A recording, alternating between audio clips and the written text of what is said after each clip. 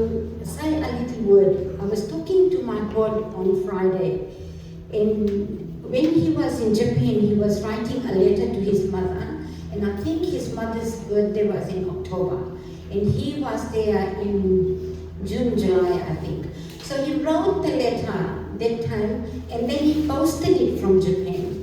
And then when the mother received the letter, he backdated it, however it had happened.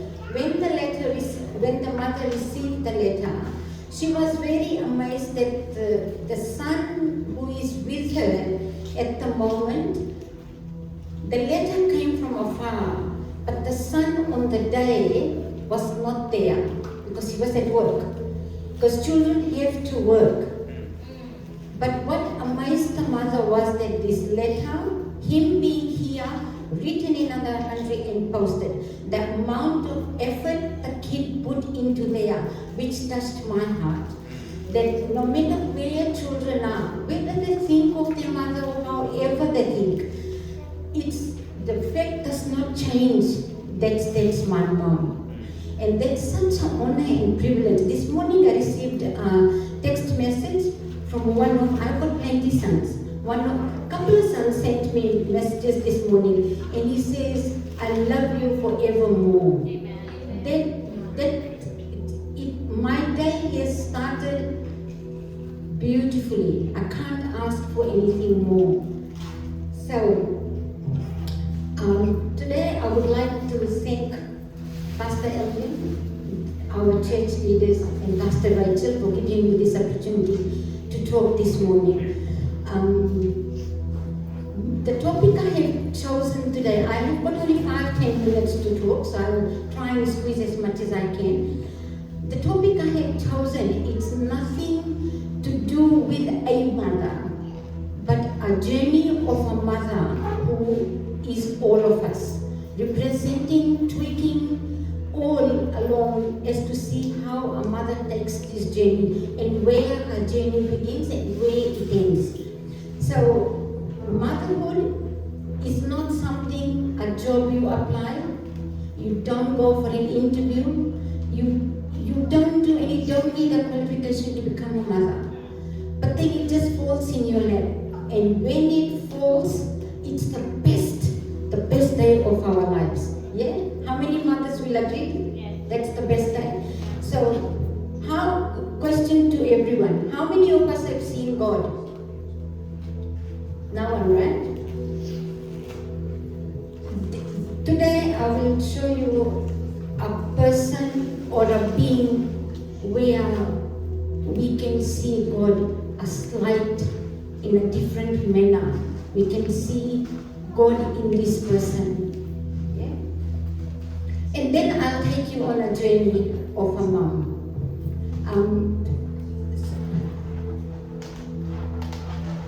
आज अगर धरती पर हम किसी इंसान में या किसी में परमेश्वर का झलक देखते हैं तो उसमें केवल हमारी माँ का थोड़ा सा झलक मिलता, बिकॉज एक माँ अपने बच्चे से उस तरह से प्यार करती जैसे परमेश्वर करता हम लोगों से, लेकिन फिर भी माँ में कुछ ना कुछ कंडीशंस अटैच्ड रहता. I love you because husband loves you because there is a because always, but God doesn't. Yeah. So today the whole world honors the moms. So many of us are here, moms to be, moms are here, grandmothers, like Lindsay has said earlier on. Yeah, but happy Mother's Day to all of us today. A mom never owns anything. She does not own anything on this earth. A poet, when he writes a poem, he puts his name underneath it. An artist, when he puts a picture up, he puts his signature there. A mother is the only one who gives birth to a child, the most precious object of the world, which is so called. But the owner is somebody else. I have got 2 beautiful sons, but they do not carry Sharma in their name. They carry Chandra because of my husband's surname. So a mother never owns anything, but she is just that निर्मल नदी की तरह वो just केवल बहते ही जाती है. So motherhood is this is how dictionary describes motherhood. Motherhood is a transformative, multifaceted journey that blends unconditional love with intense responsibility, sacrifice, and immense joy. And I think all mothers agree with that. No matter what comes, at the end of the day, they see their children, they are happy. To be a mom, it's not a job you apply for an interview, then accept. No. It's an idea given by us, by God, in the Garden of Eden. Book of Proverbs tells us in 31:25-28, she is clothed with strength and dignity. She can laugh at the days to come. Her children arise, call her blessed. Her husband also praises her. How many husbands praise their wife this morning? Hands up. So can we look at the journey of a mom? Sometimes it might not be good, but just bear with me. Okay? So mother's journey does not begin today or the day a baby lands in her lap. Her journey starts when she is born. The moment she is born, the dad says, "Oh, I have got a girl." Yeah. Then the burden sits on the dad till this little girl thinks, "I have got Bella here, I have got Debbie there, and I have got Princey here." These are all beautiful children growing up to be beautiful young women. Yeah. So it starts when then the dad, although loves the daughter, but the desire is always for a boy. Then when she becomes a burden on the mother and the parents, that where I'm gonna get this money. I'm not talking about this era, I'm talking about my time. Yeah? आजकल की पीढ़ी की जितना कम बोला जाए उतना ही फायदा है, क्योंकि आज की पीढ़ी तो सभी कुछ जानती है, उनको कुछ भी नहीं समझाना है. Then once she is old enough, then she finds a partner, either a boyfriend, a fixed marriage or however. Then she's gotten married to this stranger. She has never met the family. But when she enters in this family, she only knows her boyfriend to a certain degree. Because just like a pot and a lid, when they are two different places, they don't cling. But as soon as they come together, that's when the noise starts. So then she moves into this family, and then she has to look after not only herself, but her husband and everybody in between, carrying the burden of two families. Her parents side, so that nobody condemns my parents, nobody condemns my in-laws. So she carries the burden of two people, two families. Boyfriends are there for good days. When the trouble comes, sort it out. Yeah? Agree? Then, as a wife, all responsibilities fall on her. There is nothing a wife can do can be right when you are young, because you are the new kid on the block. You don't know what you are doing. You are still sieving through to find your own footing. And as you find your footing, you find that you are pregnant. Then, whilst you are going through this pregnancy, how many husbands have ever sat down with your wives and asked, "How are you feeling today?" Or "How was your work today?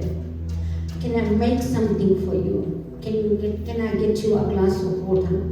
No. Back in the day, I'm again going back to my era, not today's. Nobody did. And just imagine if our generation did this. Imagine our parents' generation. And then these kids whom they love, I was very blessed. I had a person in my life who stood by me, and all my difficult days, this person was there till she got married and went off to have her own children. And I would really like to honor Rachel today, because she was there with me. And when my kids were little, she would do afternoon shift, pick my kids, drop them to school and pick them up. And while I was doing jobs. So there is a lot of women in my life who have